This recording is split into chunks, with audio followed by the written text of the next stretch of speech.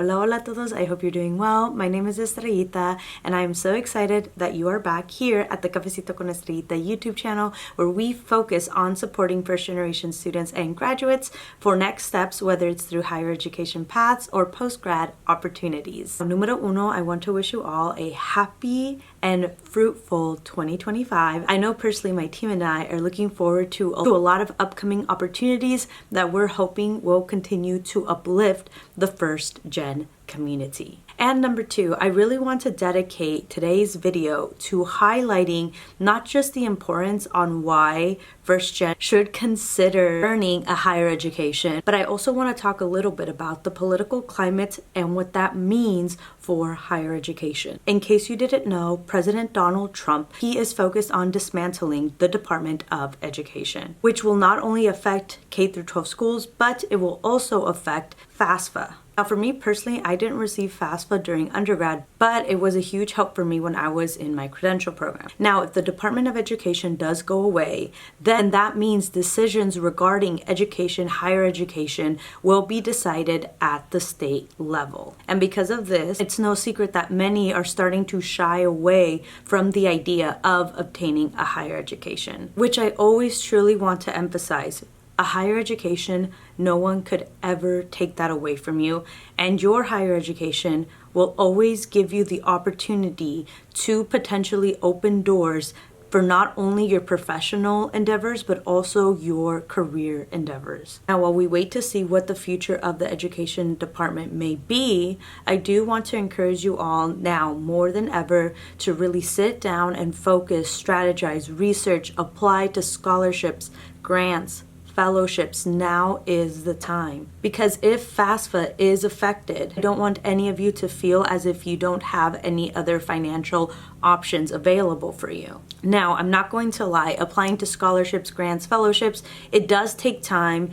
It can feel very tedious when you are researching and applying to as many opportunities as possible. But that's why if you develop the mindset to treat applying to scholarships like a part-time job, a 2-unit class, and keep yourself accountable, that will help make the scholarship application process not feel as tedious. Because one of the key factors to success, to obtaining one's goals, is breaking everything into little chunks, whatever that may be, and taking it step by step, day by day. Now, to apply to scholarships, fellowships, definitely check out databases, websites such as bold.org, ProFellow. You can even subscribe to newsletters such as Girls on Campus, Scholarship Guru, and here at Cafecito con Estrellita, we have our monthly newsletter where we share scholarships, grants, and different opportunities for first-gen students, as well as just underrepresented students overall. Another update I would like to share with all of you is that the SAVE plan that President Biden had put in place during his presidency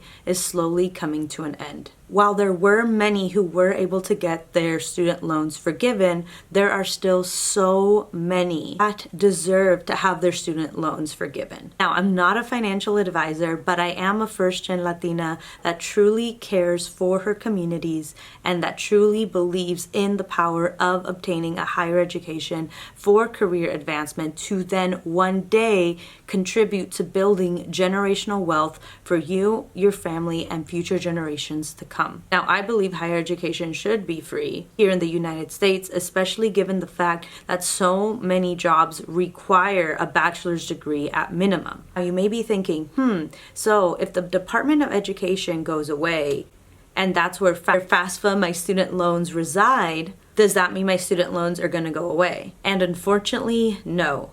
You will still have student loans. They would just be housed somewhere else differently if the Department of Education is truly dismantled. With all that being said, I really urge you all to consider sitting down, looking over your financials, seeing where you can make adjustments regarding payment plans towards your student loans. I do want to share some recent examples from fellow colleagues of mine that I hope can uplift us. Number one, my colleague, we'll call her Maria. As soon as she finished her undergrad degree, actually 2 steps back, she started her education journey by going to community college.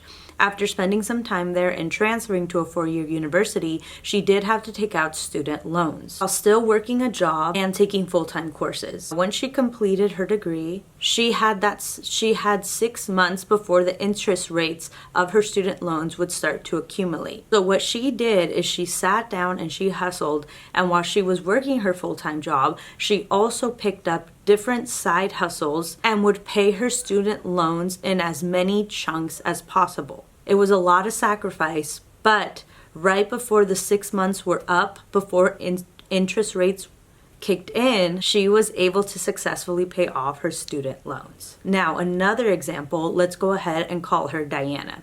Diana had finished her graduate degree and had accumulated student loans for both her undergrad and grad degree. After graduation, her and her partner secured careers in the tech industry. And same thing, she developed a side hustle using social media. And for the most part, they lived below their means. After about 6 years, and especially with crunching down where needed, she was able to successfully pay off her student loans from undergrad and grad school. And mind you, these 2 examples, Maria and Diana, they are both first generation. And I also want to highlight that both of them made the sacrifices needed because they wanted to make sure they could pay off their student loans as soon as possible. First example, she was able to pay off her student loans before interest started to go up. And our second example, even though it took her more time to pay off her student loans and there was interest rates accumulating, she did not let that define her.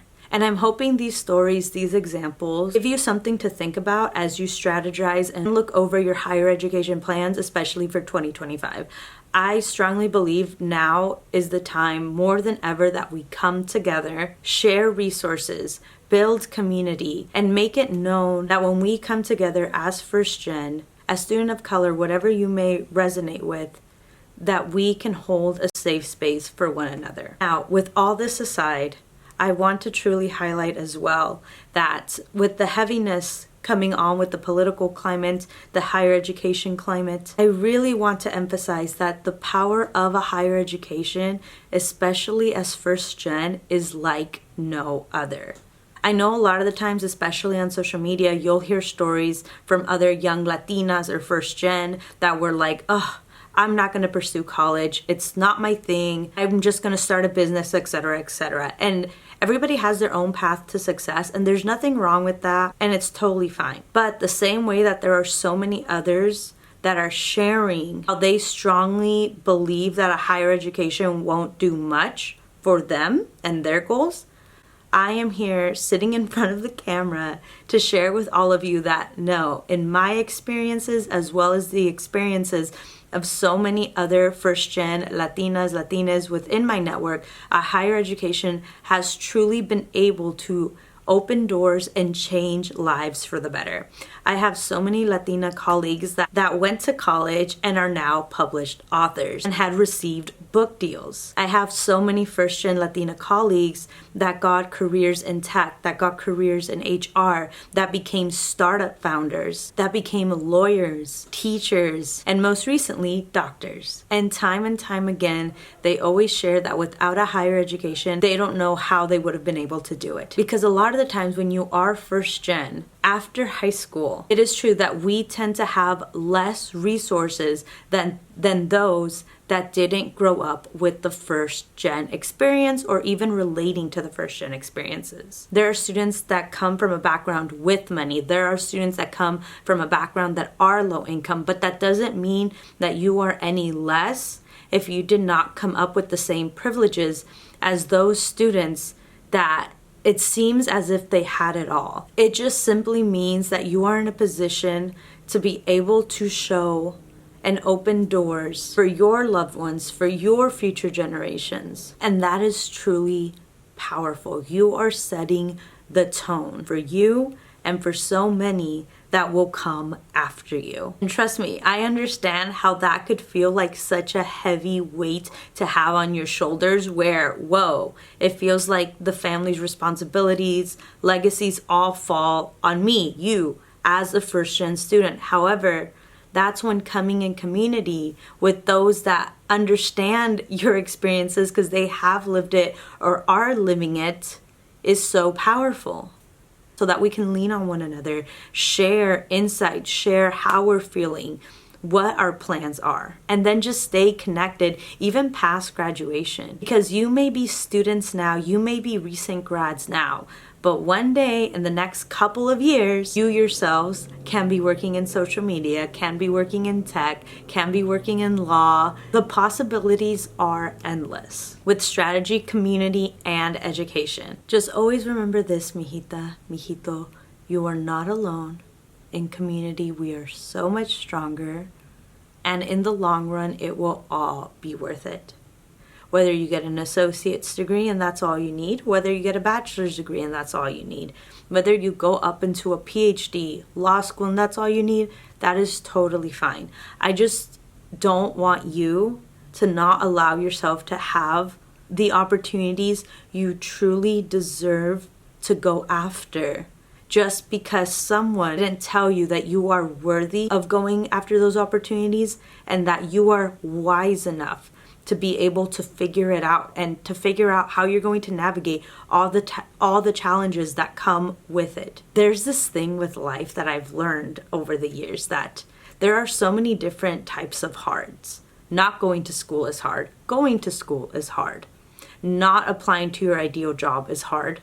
Applying to your ideal job is hard. Just so many different types of hards. But at the end of the day, if you sit down, truly strategize, and figure out which hard you are willing to come face to face with, and that's all that matters. All right, mi gente, thank you so much for tuning in on today's video. I know this video had some heavy topics in the beginning, but that's why I wanted to make sure that midway and towards the end, we would highlight the successes, the positives, and the reminders needed for you to know that you can totally do this. Now, if you haven't already, please make sure that you are subscribed to the Cafecito con Estrellita YouTube channel. Turn on those push notifications. Like, share, comment on this video. It would mean the world. If you are interested in working with me one-on-one, definitely check out the Cafecito con Estrellita membership so we can support you on your academic and career endeavors.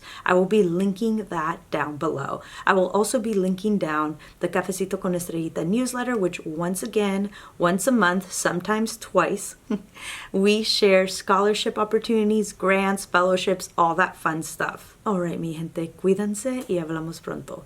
Adiós.